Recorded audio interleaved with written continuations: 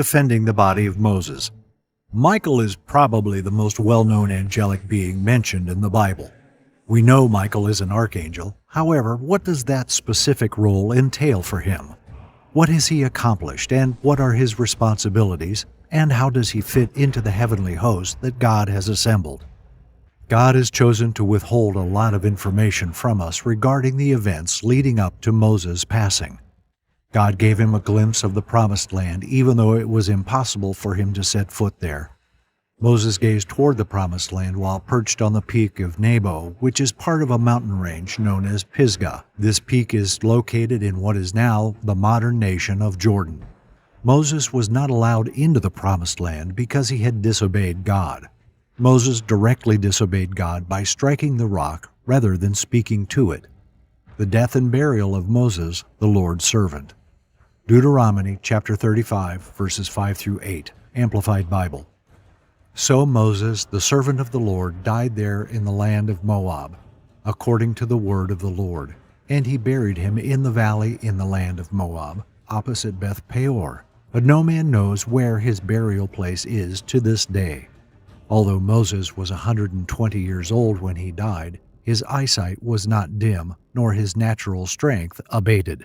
So the sons of Israel wept for Moses in the plains of Moab for 30 days. Then the days of weeping and mourning for Moses were ended. We read, So Moses, the servant of the Lord, died there in the land of Moab. Moses' epitaph, what we might call a line on his tombstone, though he actually had none, was simple. It had nothing to do with Moses, Prince of Egypt. It was not Moses, Egyptian murderer. It had nothing to do with Moses, shepherd in the wilderness. It was not Moses, national spokesman. It was not Moses, the miracle worker. It had nothing to do with Moses, prophet. It had nothing to do with Moses, the man who saw a piece of God's glory. It had nothing to do with Moses, who never entered the promised land. At the end of it all, the title was simple: Moses, the servant of the Lord. Jude 9 describes an occasion when Michael the archangel was at odds with the devil over the body of Moses. It would appear that there was a dispute regarding the body of Moses, and Jude indicates that Michael the archangel triumphed in this conflict by appealing to the authority of the Lord, saying, "The Lord rebuke you," in response to the other party.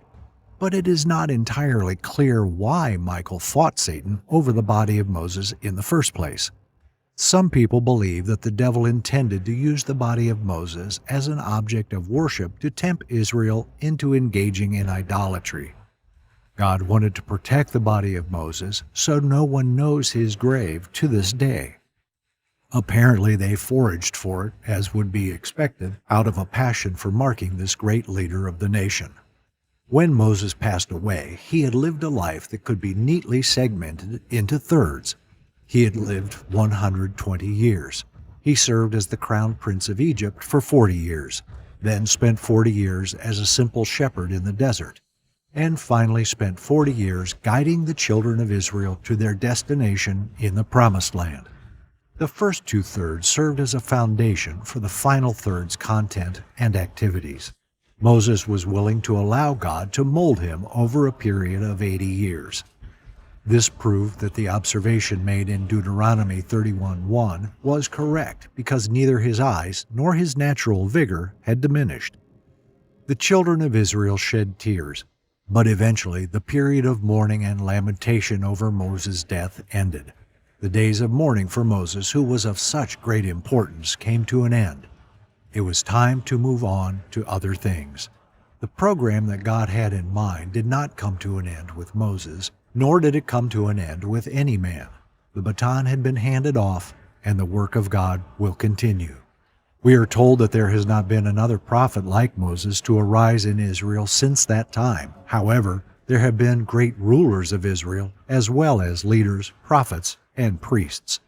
But before the arrival of Jesus Christ, who is known as the Messiah, there was never another man who held all offices in such a glorious manner as Moses did.